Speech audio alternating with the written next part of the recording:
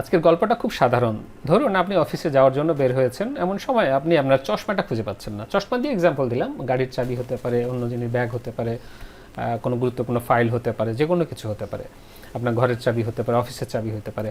তো ধরা যাক চশমাটা আপনি খুঁজে পাচ্ছেন না, অনেক তছনছ করে খুঁজলেন, সব জায়গায় খুঁজলেন, কিন্তু কোথাও নাই। হঠাৎ করে মনে হলো যে আপনার এই চশমাটা মনে হয় পৃথিবী থেকে গায়েব হয়ে গেছে, এমন একটা অবস্থা। কারণ স্বাভাবিকভাবে থাকার কথা এই জায়গাগুলোতে, সেখানে নাই। তারপর কিছুক্ষণ পরে আপনার বাসারই আরেকজন সদস্য হয়তো একটু বলল যে কি ব্যাপার, চশমা তো তোমার চোখেই। তখন আপনি, আরে তাই তো, চশমা তো চোখেই আছে। তাহলে আপনার এই সমস্যাটা কি স্মৃতিশক্তির সমস্যা? হতে পারে অনেক সময় স্মৃতিশক্তির সমস্যা, কিন্তু বেশিরভাগ সময় এটা স্মৃতিশক্তির সমস্যা না। স্মৃতিশক্তি মেমোরি রিলেটেড সমস্যা না বেশিরভাগ ক্ষেত্রেই, কিছু ক্ষেত্রে হতে পারে।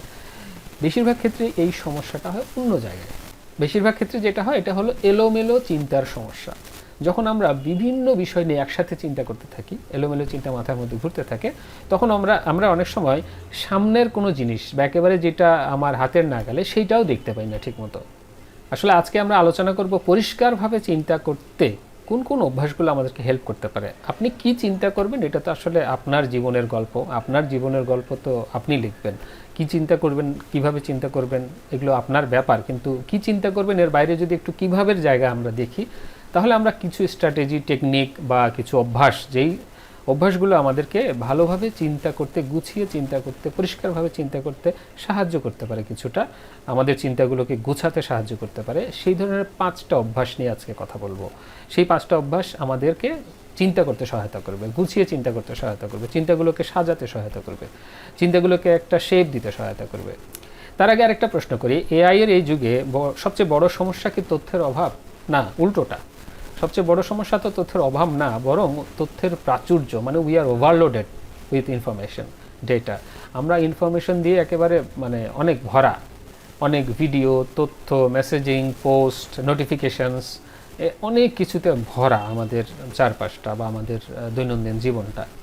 এই জন্য আমাদের অনেক সমস্যা হয় যে আমরা কোনটা গুরুত্বপূর্ণ, কোনটা কম গুরুত্বপূর্ণ, কোনটাকে বাদ দিব, কোনটাকে অ্যাভয়েড করব, কোনটাকে প্রায়োরিটি দেব, সেগুলো নিয়ে আমাদের সমস্যা হচ্ছে। এবং এই সমস্যাগুলোর প্রধান কারণ হলো পরিষ্কারভাবে জিনিসগুলোকে আমরা চিন্তা করতে না পারার কারণ, আর পরিষ্কারভাবে গুছিয়ে না রাখার কারণে। গত একটা ভিডিওতে আমি বলেছিলাম ওই যে আলমারিতে কাপড় রাখার ব্যাপারটা, যে আলমারিতে যদি এলোমেলোভাবে কাপড় রাখি তাহলে আমরা একটা কাপড় খুঁজে পেতে খুব কষ্ট হবে, কিন্তু একই কাপড় যদি আমরা গুছিয়ে রাখি তাহলে আমরা সহজে পাবো। তো আলমারির কাপড় কি রাখবেন সেটা আপনার নিজের ব্যাপার, কিন্তু কাপড়গুলোকে কিভাবে খুঁজে পাওয়া যেতে পারে সহজে, সেই বিষয়গুলোই হলো আমাদের এই অভ্যাসগুলো। আপনার জীবনের গল্প আপনার আলমারি, আপনার কাপড়, কিন্তু এই কাপড়গুলোকে কিভাবে গোছানো যাইতে পারে সেগুলো বিভিন্ন অভ্যাসের মাধ্যমে আমরা প্র্যাকটিস করতে পারি। সেই রকম 5টা জিনিস আমরা আজকে আলোচনা করব। এরকম অনেক তথ্য থিওরি অনেক কিছু আছে এগুলো নিয়ে, কিন্তু সেগুলোতে যাব না। আমি মোটামুটি আমার মনে হয়েছে যে এই 5টা অভ্যাস বা এই 5টা স্ট্র্যাটেজি বা 5টা কৌশল বা তরিকা যদি আমি নিজেও ফলো করি অনেক সময়, তো তাহলে আমারও অনেক উপকার হবে। আমিও পরিষ্কারভাবে চিন্তা করতে আমার জিনিসগুলো হেল্প করবে আমাকে দৈনন্দিন জীবনে। এটা এমন না যে জটিল কিছু, সহজ যেগুলো সবাই পারে। চলেন তাহলে আসলে এই 5টা জিনিসে আমরা ফোকাস করি। প্রথম যে অভ্যাস নাম্বার 1, সেটা হলো একটু থামুন। না, ভিডিও থামানোর কথা বলি নাই, একটু থামুন, এটাই আমাদের 1 নম্বর পয়েন্টের নাম। একটু থামুন। একটু থামুন মানে কি? একটু পজ দেন, তাড়াহুড়া করার দরকার নেই। ভাই কোনো একটা প্রশ্ন করছে আপনাকে, একটু জটিল, তাড়াহুড়া করে অ্যান্সার শুরু না করে 2 সেকেন্ড একটু পজ দেন, ব্রেনটাকে একটু সময় দেন। 2 সেকেন্ড, 2 সেকেন্ডের মধ্যে কিন্তু ব্রেন অনেক কিছু প্রসেস করে ফেলে। ব্রেন কিন্তু সাংঘাতিক পাওয়ারফুল জিনিস, একটু সময় দিলে অনেক প্রসেস করে ফেলে। 2 সেকেন্ডের জন্য আপনার দেখবেন যে উত্তরটা আলাদা হবে, উত্তরটার প্যাটার্নটা আলাদা হবে, শুরু করতে পারবেন আলাদাভাবে। প্রেজেন্টেশন দিতে যাচ্ছেন, শুরু করবেন, একটু 2 সেকেন্ড একটা নিঃশ্বাস নেন, শুধু একটা নিঃশ্বাস নিয়ে একটু ফেলেন, হ্যাঁ, তারপর একটু শুরু করেন জিনিসটা। আমি অনেকবার প্রেজেন্টেশন সময় এরকম হয়েছে যে প্রেজেন্টেশন বেশিরভাগ ক্লাস সকালে হয়, তো সকালে গুড মর্নিং বললেই তো চলে। তো কিছু কিছু ক্ষেত্রে বিকেলে যখন হয় তখন তো গুড আফটারনুন বলতে হয়। তো গুড মর্নিং বলা তো বেশি বলা হয়। তো ওই দিনের প্রেজেন্টেশনটা ছিল বিকেলে, 3টার দিকে। তো তখন তো গুড আফটারনুন বলতে হবে। তো গুড আফটারনুন তো বলবো, এটা আমিও প্ল্যান করে রাখছি যে গুড আফটারনুন বলবো, কিন্তু প্রেজেন্টেশন শুরুর সময় হুট করে শুরু করে ফেলছি গুড মর্নিং বলে ফেলছি, গুড মর্নিং বলে ফেলছি, এই অভ্যাসবশত। কিন্তু আমি যদি একটু 2 সেকেন্ড পজ নিতাম, নিয়েই গুড আফটারনুন কথাটা নিজের মধ্যে একবার বলে পরের 2 সেকেন্ড পরে আবার ওইটাই শুরু করতাম, উচ্চারণ করতাম আর কি। তাহলে কিন্তু আমার এই গুড আফটারনুন বিষয়টা ঠিক হতো। সাথে সাথে এই যে গুড মর্নিং গুড আফটারনুন গন্ডগোল হওয়ার কারণে আমার মধ্যে একটা কনফিউশন তৈরি হলো, কনফিডেন্স কমে গেল এবং পরবর্তী কথাগুলোর মধ্যে ইম্প্যাক্ট পড়ে। কিন্তু শুরুটা যদি ভালো না হয় পরবর্তীতে কিন্তু অনেক কিছুই মানে একটু গোলমাল গোলমাল মনে হয় আর কি। প্রেজেন্টেশনটা তখন একটু কনফিডেন্টলি বজায় রাখা মুশকিল হয়ে যায়। তারপরে ধরা যাক আপনি খুব রাগান্বিত, হঠাৎ করে কারোর সাথে ঝগড়ার কারণে হোক বা কোনো একটা প্রসঙ্গে বা কোনো একটা ঘটনার প্রেক্ষিতে আপনার মনে হচ্ছে একটা কিছু বলবো, মানে বলেই ফেলবেন, এরকম অবস্থায় আপনি একটু 2 সেকেন্ড সময় নেন, পজ, থামেন, একটু থামেন। এই যে একটু থামুন, আমাদের প্রথম পয়েন্টের এটা আলোচনা চলতেছে, নামটা কি, একটু থামুন। একটু 2 সেকেন্ড ভাই, বেশি না, 2 সেকেন্ড যদি একটু থামতে পারেন তাহলে বেশিরভাগ ক্ষেত্রে দেখবেন আপনি ওই নেগেটিভ কথাটা বা গালি হোক বা খারাপ কথা হোক বা ঝগড়ার সুরে হোক বা উচ্চ স্বরে হোক বা রাগের স্বরে হোক, যে কথাটা আপনি বলতে চাচ্ছিলেন, এই 2 সেকেন্ড পজ দেওয়ার কারণে এমন হইতে পারে যে 90% ক্ষেত্রে আপনি ওই কথাটা আর বলবেন না। কিছু ক্ষেত্রে হয়তো বলতেই পারেন, স্বাভাবিক, কিন্তু অনেক জায়গা থেকে আপনি এই কথাগুলো থেকে তখন বিরত থাকবেন। মানে এই 2 সেকেন্ড আপনাকে কোনো একটা কারণে, অদ্ভুত কারণে, ব্রেনের প্রসেসিংয়ের কারণে, চিন্তার কারণে, সময় নেওয়ার কারণে, আন্ডারস্ট্যান্ডিং ক্লিয়ার হওয়ার কারণে এই 2 সেকেন্ড, 3 সেকেন্ড, 4 সেকেন্ড সময় আপনাকে অনেক নেগেটিভ ইম্প্যাক্ট থেকে বাঁচিয়ে দেবে। আপনি কিন্তু কথাটা বললেন না, আর না বলা মানে অনেক কিছু থেকে আপনি রক্ষা পেলেন। তাই বলি একটু থামেন, একটু তাড়াহুড়া করার দরকার নেই। প্রশ্ন করছে, উত্তর দেওয়ার জন্য তাড়াহুড়ার দরকার নেই, 2 সেকেন্ড। কেউ কিছু খারাপ কথা বললো, তাকে সাথে সাথে রিপ্লাই দেওয়ার দরকার নেই, 2 সেকেন্ড। কেউ একটা মেসেজ পাঠালো, হ্যাঁ না তাড়াতাড়ি বলার দরকার নেই, একটু 2 সেকেন্ড সময় নেন। আমি মানে দেরি করতে বলতেছি না যে অনেক দেরি করবেন না, একটু কয়েক সেকেন্ড সময় নেন উত্তর দিতে। যদি সেটা দেওয়ার মতো তখনই দরকার হয়, একটু কয়েক সেকেন্ড, 2 সেকেন্ডে কিছু যায় আসে না, কোনো ক্ষতি হবে না এতে, সেটা প্রফেশনাল সেটিংয়ে হোক আর পার্সোনাল সেটিংয়ে হোক। কারণ অনেক ভুল সিদ্ধান্ত এই শুধু অল্প বিরতি, কয়েক সেকেন্ড বিরতির যে অভাব, বিরতি না দেয়া, এইটার কারণেই তৈরি হয়। সুতরাং একটু থামুন। আমরা এবার পরের অভ্যাসে চলে যাই, অভ্যাস নম্বর 2 নম্বর অভ্যাসটা কি? 2 নম্বর অভ্যাসটা হলো আপনার প্রশ্নটা ঠিক করুন। মানে আপনি কি প্রশ্ন করতে চাচ্ছেন সেইটাই আগে ঠিকঠাক নিজেই ঠিক করেন। কোশ্চেনটা ঠিক মতো করতে পারা, মানে নিজের প্রশ্নটা কি করবেন এটা ঠিক করতে পারা।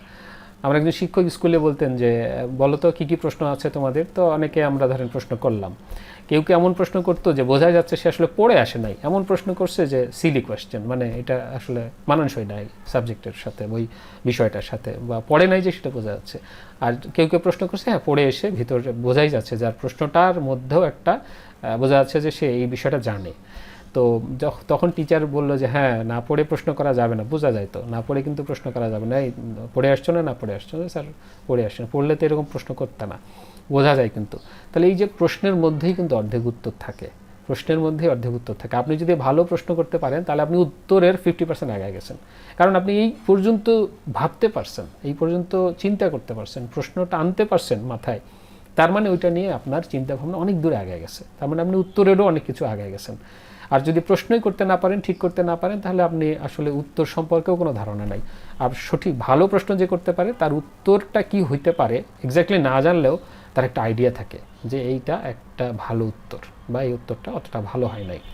এই জন্য এখন এআইকে প্রশ্ন করার আগে নিজেকে জিজ্ঞেস করেন যে আমি কি প্রশ্ন করব, কি জানতে চাই, এই উত্তরটা যদি আমি নিজেই চিন্তা করতাম তাহলে কেমন হতে পারতো।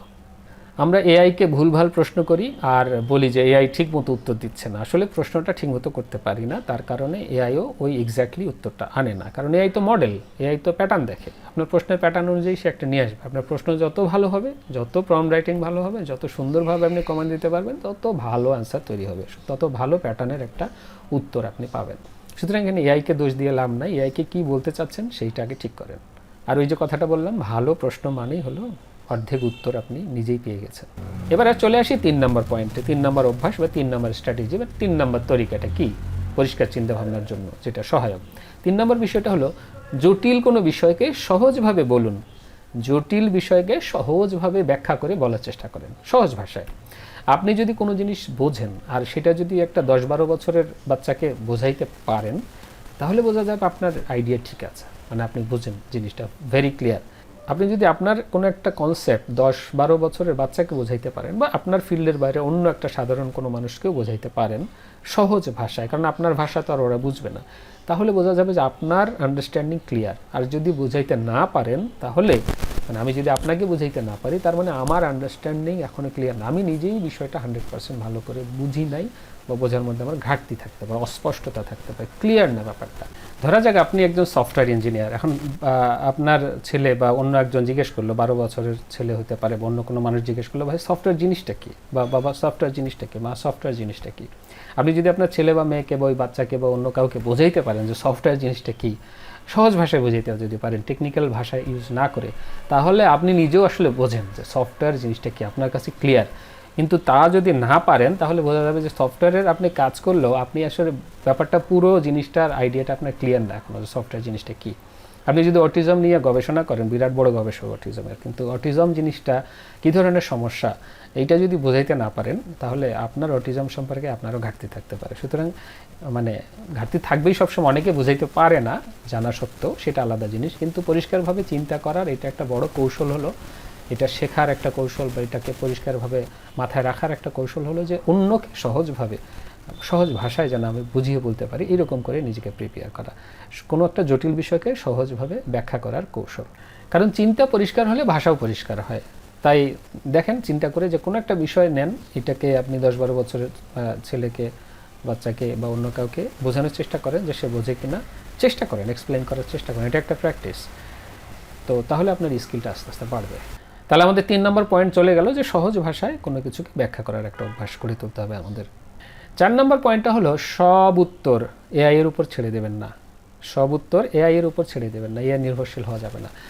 আসলে আমাদের তো অভ্যাস হয়ে গেছে, দিকাও রচনার জন্য আমরা এআইকে এখন জিজ্ঞেস করি, আওয়ার স্কুলের জন্য জিজ্ঞেস করি, মাই ফাদার এটার জন্য অনেক সময় জিজ্ঞেস করি। এটা একটা এক্সাম্পল দিলাম আর কি। তো সব উত্তর এআই এর কাছে নেওয়া যাবে না। ইভেন কয়েকদিন আগে একটা পডকাস্টে দেখলাম যে লিঙ্কডইনের কথা শেয়ার করলো একজন, লিঙ্কডইনের ব্যাপারে। তো উনি একজন বড় ব্যবসায়ী, ইন্টারন্যাশনাল। তো উনি বললো যে যখন কারোর সাথে কমিউনিকেশন হয় ইদানিং, আগে তো সবাই নিজের মতো করে ছোট ছোট লিখতো, ছোট সেন্টেন্স হোক, শব্দ টব্দ লিখতো, বোঝা যেত ওটা নিজেরও না, নিজে থেকে লিখতেছে, যা ভাবতেছে সেটা লিখতেছে। সেখানে গ্রামার একটু ভুল হইতে পারে, কোনো সমস্যা নেই, ভাষাগত একটু দুর্বলতা থাকতে পারে, কিন্তু কি বলতে চাচ্ছে সেটা ক্লিয়ার, অরিজিনালিটি থাকে আর কি। কিন্তু ইদানিং দেখা যায় যে এই আমি যে প্রশ্নটা করলাম, বা কনসিকুয়েন্সে যে আসলো প্রশ্ন উত্তরটা, কমেন্টেও যদি হয় আর কি, একটা কিছু বললে সেই কমেন্টের রিপ্লাইটা বা মেসেজের প্রশ্নের উত্তরটা, সেটা এআই দিয়ে তৈরি করা, হ্যাঁ, এআই দিয়ে তৈরি করে সেই উত্তরটা দিচ্ছে। তো সেখানে আসলে বোঝা যায় অনেক সময়, যে বেশিরভাগ সময় যে এআই দিয়ে তৈরি করা, কারণ ডেকোরেটেড থাকে ভিন্নভাবে। তাতে হয় কি, তার ইমপ্রেশনটা ভালো হয় না যে সে কী বলতে চাচ্ছে, বরং সে তখন ওই মেসেজগুলো আর দেখে না, বা সেগুলো রিপ্লাই দেয় না। উনি বললেন আর কি, ব্যবসায়ের অভিজ্ঞতা শেয়ার করলেন উনি। তাহলে এটা কিন্তু সত্য কথা, যে সব কিছুর উত্তরে আমরা কেন এআইকে কাজে লাগাবো। এআইকে কাজে লাগাইতে পারি, কিন্তু আমার সব কমিউনিকেশনে যদি এআই কাজে লাগাবো, ছোটো ছোটো অ্যান্সার দেবো, মেসেজ দেবো, সেগুলোতেও যদি এআই আসে, তাহলে আমাকে একেবারে মানে মাথাটা ছুটিতে থাকবে, আর এআই অ্যাক্টিভ থাকবে, এআই কাজ করবে আমার জন্য। তাহলে আমরা সব সিচুয়েশনে আমরা মাথা কাজে লাগাইতে পারবো না, মাথার আমাদের প্রসেসিং পাওয়ার বা ব্রেনের ক্যাপাসিটি আস্তে আস্তে কমে যাবে, অলস হয়ে যাবে।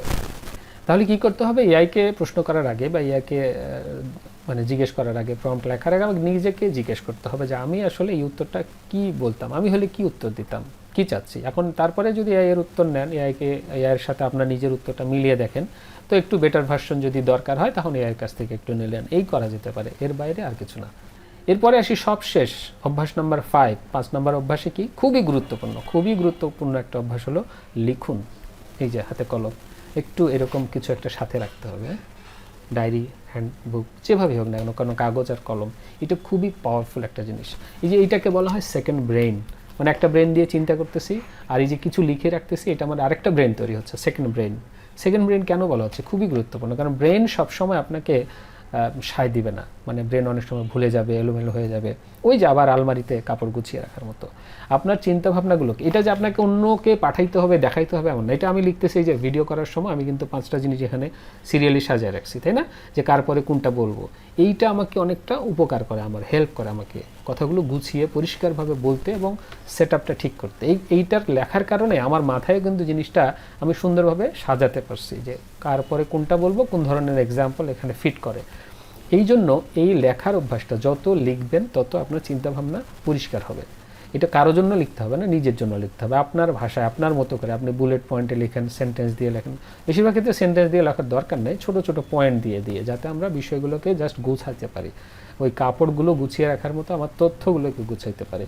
এইভাবে যদি আমরা সবসময় লেখার একটা অভ্যাস করি, যা ভাবছি, যা চিন্তা করছি, যা প্ল্যান করছি, যে কাজগুলো করব, সবসময় যদি আমাদের লেখার একটা অভ্যাস থাকে, তাহলে আমাদের চিন্তা ভাবনা পরিষ্কার হওয়ার জন্য এটা একেবারে খুব খুব খুব গুরুত্বপূর্ণ একটা অভ্যাস আমাদের।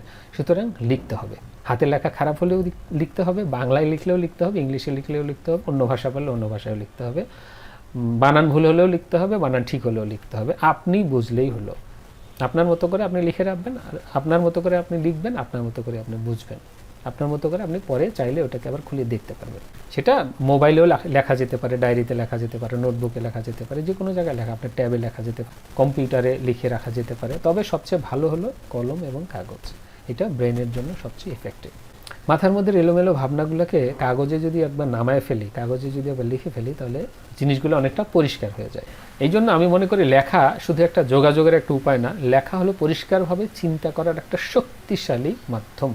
তাহলে আমাদের 5টা অভ্যাস কী ছিল? প্রথমটা ছিল একটু থামুন, 2 নাম্বারটা ছিল নিজের প্রশ্নটা আগে ঠিক করেন, নিজের সঠিক প্রশ্নটা তৈরি করেন, 3 নাম্বারে ছিল জটিল বিষয় সহজভাবে বলার চেষ্টা করেন, 4 নাম্বারে ছিল সব বিষয়ে এআই এর উপর, মানে সব উত্তর এআই এর কাছ থেকে নেবেন না, এআই এর উপর নির্ভর করবেন না, এবং সর্বশেষ এবং 5 নাম্বার খুব গুরুত্বপূর্ণ, সেটা ছিল লিখুন, লিখতে হবে আপনাকে। এই 5টা জিনিস আমাদের চিন্তা ভাবনাকে একটু শেপ দিতে সাহায্য করতে পারে। একটা জিনিস খেয়াল করেছেন, এই 5টা অভ্যাস কিন্তু কোনোটা এআই নির্ভর না, সবগুলো আপনার প্র্যাকটিসের ব্যাপার, নিজের প্র্যাকটিস। বরং উল্টাটা হবে, এই 5টা অভ্যাস যদি আমরা করি, আপনি ভালোভাবে আরও এআই ব্যবহার করতে পারবেন। কারণ এআই আপনার জন্য ভাবতে আসে নাই, আপনার ভাবনাগুলোকে আরও শক্তিশালী করতে আসছে। আপনি যদি ভাবতে পারেন, আপনার ভাবনাগুলোকে আরও শক্তিশালী করতে পারবে, স্পিড দিতে পারবে। আর যদি আপনি ভাবতে না পারেন, আপনার খারাপ ভাবনা, দুর্বল ভাবনাগুলোকে এআই আরও প্রকাশ করে দিবে আর কি, মানে আপনার দুর্বলতাটাকে আরও প্রকাশ করবে। সুতরাং ভালোর জন্য এআই ভালো, আর দুর্বল হলে, ভাবনাও দুর্বল হলে এআইও আপনার কাছে দুর্বলভাবেই ধরা দেবে, দুর্বলভাবে আপনার কাছে সহযোগিতা করবে সে। তাই ভবিষ্যতে এমন না যে যারা খুব সুন্দর ভালোভাবে এআই শুধু ব্যবহার করতে পারবে, এমন না, যারা ভালোভাবে পরিষ্কারভাবে চিন্তা করতে পারবে তারা ভালোভাবে এআই ব্যবহার করতে পারবে, এবং তারা অনেক পাওয়ারফুল কিছু করতে পারবে। কারণ পরিষ্কার চিন্তা পরিষ্কার কথা তৈরি করে, পরিষ্কার কথা থেকে পরিষ্কার সিদ্ধান্ত আসে, আর পরিষ্কার সিদ্ধান্ত যদি হয়, clear thinking, clear decision making যদি হয়, তাহলে ভবিষ্যতও পরিষ্কার তৈরি হয়। আশা করি এই 5টা অভ্যাস আপনার কাজে লাগবে। ভালো থাকবেন সবাই। তবে আরেকটা কথা বলি, যে আমাদের পরবর্তী ভিডিওতে আমরা আলোচনা করব এই যে বর্তমান যুগে, এআই এর যুগে যোগাযোগ দক্ষতা, কমিউনিকেশন স্কিল সব সময় গুরুত্বপূর্ণ ছিল, কিন্তু বর্তমান এআই যুগে এটা আরও বেশি গুরুত্বপূর্ণ, আরও বেশি মূল্যবান হয়ে উঠতেছে। কেন এবং কীভাবে, এবং কী করলে আমরা আরও এই যোগাযোগ দক্ষতাটা বাড়িয়ে তুলতে পারি, বাড়াতে পারি, ভালো করতে পারি, এখানে এইটা নিয়ে আমরা পরের ভিডিওতে আশা করি আলোচনা করব ইনশাআল্লাহ। ভালো থাকবেন সবাই, ধন্যবাদ।